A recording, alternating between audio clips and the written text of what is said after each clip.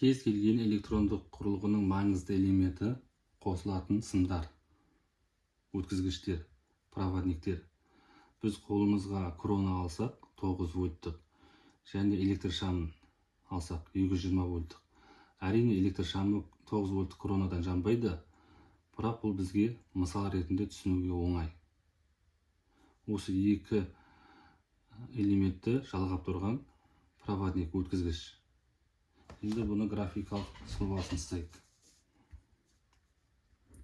Бізде крона,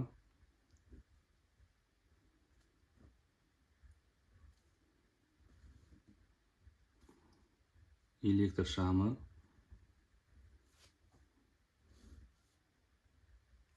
кронамыз біздің 9 вольт, GB1. Біздің электр шамымызда 9 вольт деп есептейік. Контур тұйықталған кезде бұл жерде тоқ жүреді.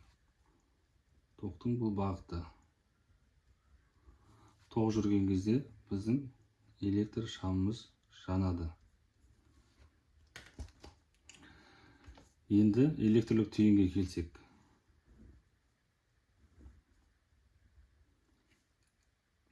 Егер 3 немесе одан да көп өткізгіш бір нүктеде қосылып, олардың арасында электрлік байланыс болса, онда біз оны электрлік түйін деп атаймыз. Бұл жерде өткізгіштер бірнешеуде болуы мүмкін, бір түйінде. Мысал ретінде, мына өткізгіш сыртқы изоляциясы алынған және өзара электрлік байланыс бар. Бұны электрлік түйін деп айтамыз. Кейбір кезде бір-бірімен түйіспейтін уақыттары бар схемада, оны біз осылай көрсетеміз. Екі өткізгіш, олардың арасында электр байланыс жоқ. Мысалы бұл осындай түрін біз схемада осылай белгілейміз. Немесе осылай көрсетсек те болады. Енді тағы бір мысал көрсетейін. Тағы да қайтып кронамыз.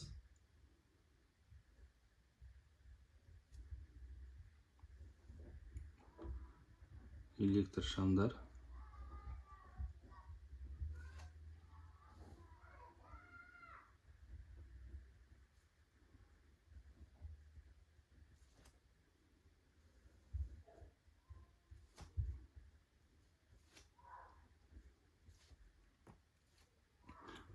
Бұл жерде біз перемешка берсек, осылай. Негізінде перемешканы бұлай осылай берсем де болады, бірақ сіздерге көрсетейін деген, мына жерде электр сымдары өзара байланыс бар, электрлік байланыс бар. Ал мына жерде электрлік байланыс жоқ.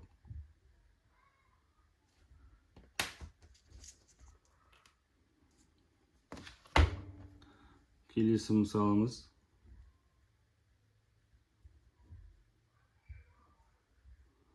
Біздің кронамыз.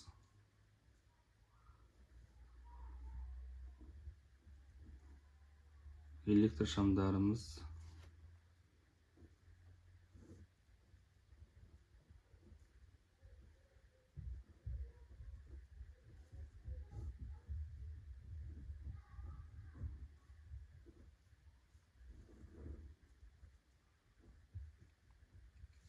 Бұл жерде бізде электрлік түйін 1, 2, 3, 4.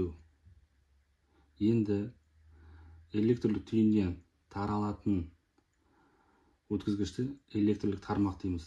Яғни осында электрлік түйіннен кейін таралатын өткізгішті электрлік тармақ дейміз. 1 тармақ, 2 тармақ, 3 тармақ, 4 тармақ. Әрі қарай, мысалы, конденсатор жалғануы мүмкін, немесе резистор жалғануы мүмкін. Мысалы, мына жерде бізде мынау 1 тармақ, 2 тармақ, 3 электрлік тармақ, 4 электрлік тармақ, 5 электрлік тармақ. Сонда бізде барлығы 6 электрлік тармақ. Енді графикалық сызбада бізде бір контур емес бірнеше контур болуы мүмкін. Сондықтан мысалы қорек көзіміз сол жағымызда орналасып, контур көп болғандықтан нагрузкамыз келесі беттерде орналасуы мүмкін. Ол әрине қиындық тудырады. Сондықтан бізде ортақ өткізгіш минуспен көрсетуге болады. Оның сұлбасын көрсетейін сіздерге.